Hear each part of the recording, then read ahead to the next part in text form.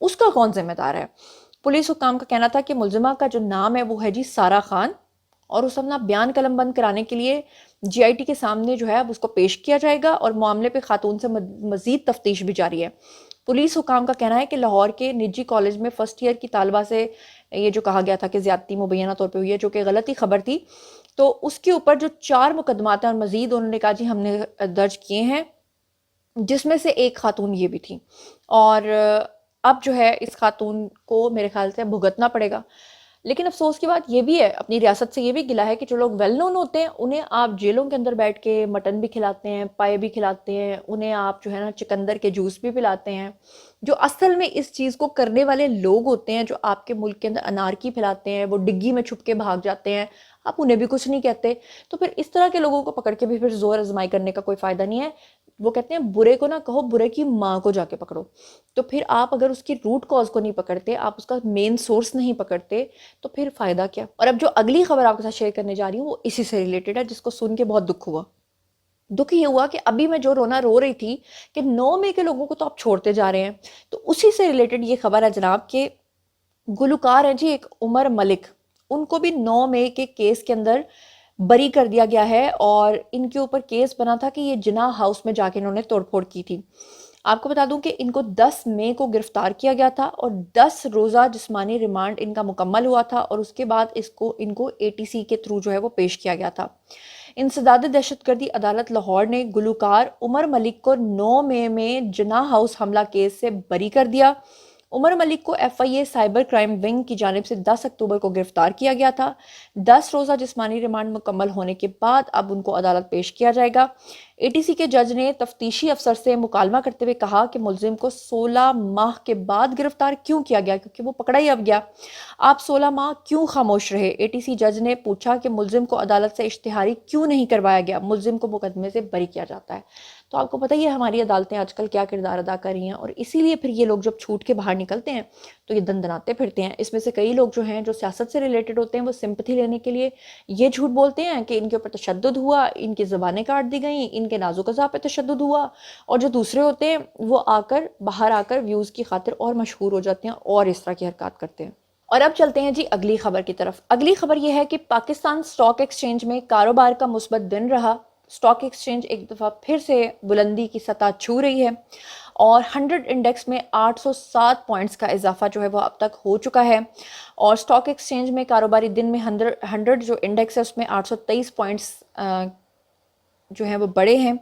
Stock market میں 47 crore shares کے سودے جو ہیں وہ 19.65 ارب روپے میں طے ہوئے، جبکہ مارکیٹ کیپٹلائزیشن جو ہے وہ 113 ارب روپے بڑھ کر 11,290 ارب ہو گئی ہے۔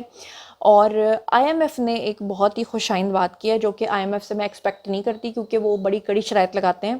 آئی ایم ایف جو ہے انہوں نے کہا ہے کہ پاکستان میں مہنگائی جو ہے وہ مسلسل کمی کی طرف جا رہی ہے، اور آپ کو بتا دوں کہ ایک سبسڈی دی تھی ہماری سی ایم پنجاب نے، یعنی 14 روپے کی آپ کو یونٹ جو بجلی کی قیمت ہے اس میں کمی کی تھی، اب وہ ختم ہے۔ اس مہینے کا جو بل آئے گا وہ آپ کو ٹھیک ٹھاک آئے گا، تو اس لیے اے سی وغیرہ میرے خیال سے آپ لوگوں نے بند کر دیے ہوں گے اور نہیں چلا رہے ہوں گے، کیونکہ موسم پہلے سے کافی بہتر ہو گیا ہے۔ لیکن ایک اور خبر یہ ہے کہ ملک کے اندر سونا یعنی گولڈ جو ہے وہ لگاتار بڑھتا چلا جا رہا ہے، اور قیمتیں جو ہیں اس نے تو ریکارڈ توڑ دی ہیں۔ اب تو گولڈ بنانا لوگوں کے لیے بہت مشکل ہو گیا۔ اس کے ساتھ ہی آپ کو تازہ ترین خبر یہ دوں گی کہ پاکستانی وفد کی واشنگٹن کے اندر ورلڈ بینک اور آئی ایم ایف کے رہنماؤں سے ملاقاتیں ہوئی ہیں، اور اس حوالے سے خبر جو ہے اس کی تفصیلات کچھ اس طرح سے ہیں کہ پاکستانی وفد کی ورلڈ بینک اور عالمی مالیاتی فنڈ آئی ایم ایف کے رہنماؤں سے ملاقاتیں کرنے کے بعد ملک میں مالیاتی استحکام کے لیے حکومتی کوششیں جو ہیں اس کے اوپر روشنی ڈالی جا رہی ہے۔ اور واشنگٹن ڈی سی کے اندر ورلڈ بینک اور آئی ایم ایف کے سالانہ اجلاس جو ہیں اس کے موقع پر سیکرٹری خزانہ امداد اللہ بسال اور governor state bank of Pakistan Jamil Ahmad ان کی سربراہی میں پاکستانی وفد نے وہاں پہ جو ہے ملاقاتیں کی ہیں، اور اچھی بات یہ ہے کہ پاکستانی وفد نے آئی ایم ایف کے ڈائریکٹر ایم سی ڈی جہاد ازعود سے بھی ملاقات کی ہے، اور ملاقات میں پاکستانی وفد جو ہے وہ آئی ایم ایف کی پاکستان کے لیے مسلسل حمایت اور خصوصاً حال ہی میں منظور شدہ جو 7 ارب امریکی ڈالر کی توسیع فنڈ ہے اس کی سہولت پر شکریہ بھی انہوں نے ادا کیا ہے۔ اور مالیاتی استحکام اور محصولات کے حوالے سے جو یہ میٹنگ ہے یہ جاری ہے.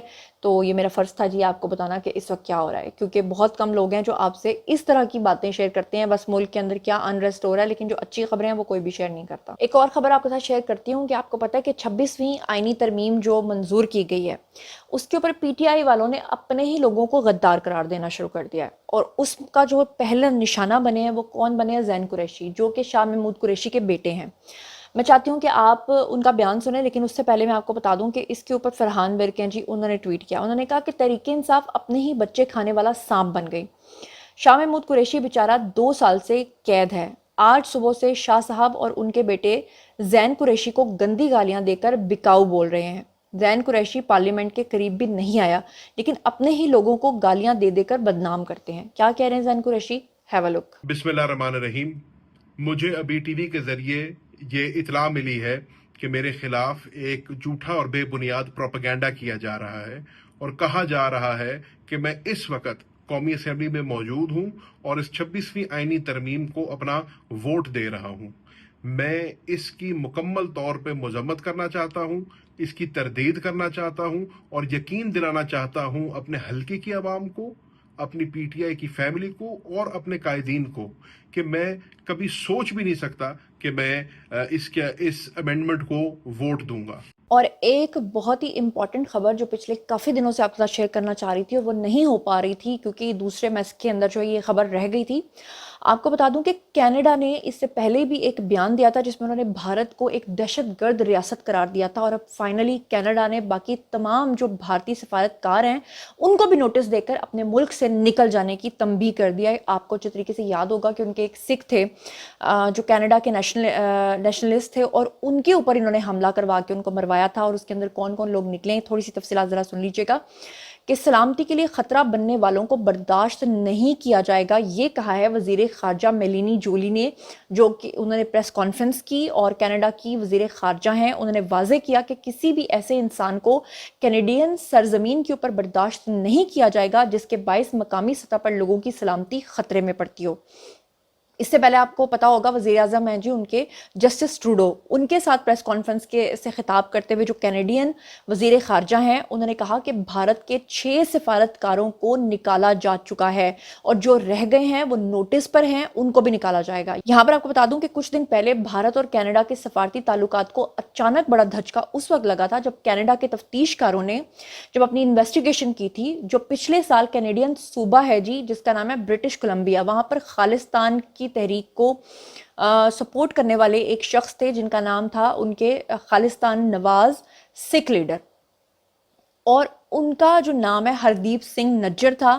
ان کے قتل کے حوالے سے 6 بھارتی سفارتکاروں کو پرسنز آف انٹرسٹ قرار دیتے ہوئے ان سے تفتیش کا عندیہ دیا گیا تھا، اور اس میں بھارتی ہائی کمشنر سنجے کمار ورما کو بھی شامل کیا گیا تھا.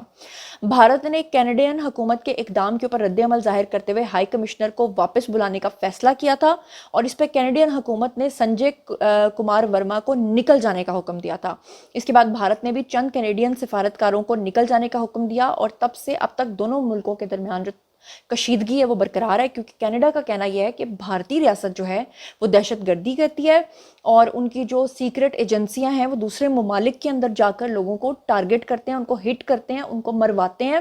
اور اس وقت بھی جسٹس ٹروڈو جو ہیں جو ان کے وزیر اعظم ہیں انہوں نے یہ بیان دیا تھا، اور اس کے بعد سے انہوں نے کہا تھا کہ ہم اپنی سرزمین کے اوپر اس طرح کی چیزوں کو برداشت نہیں کریں گے، اور اس کے بعد جو ہے وہ ان کو نکالنے کا حکم دے دیا گیا ہے. تو جناب یہ تھیں آج کی خبریں. باری ہے جی آپ لوگوں کی، آئیے کامنٹ سیکشن میں اور مجھے بتائیے کہ آپ اس بارے میں کیا سوچتے اور سمجھتے ہیں. جو کچھ بھی آپ سوچتے سمجھتے ہیں شیئر کیجیے، پرسنلی جواب دوں گی. مزید خبریں، ولاگز، انٹرویوز اور سیاسی تجزیے جاننے کے لیے میرے ساتھ کنیکٹڈ رہنا ہرگز مت بھولیے گا. چینل کو سبسکرائب کر لیجیے گا. اپنا بہت خیال رکھیے گا. اللہ نے کے بان.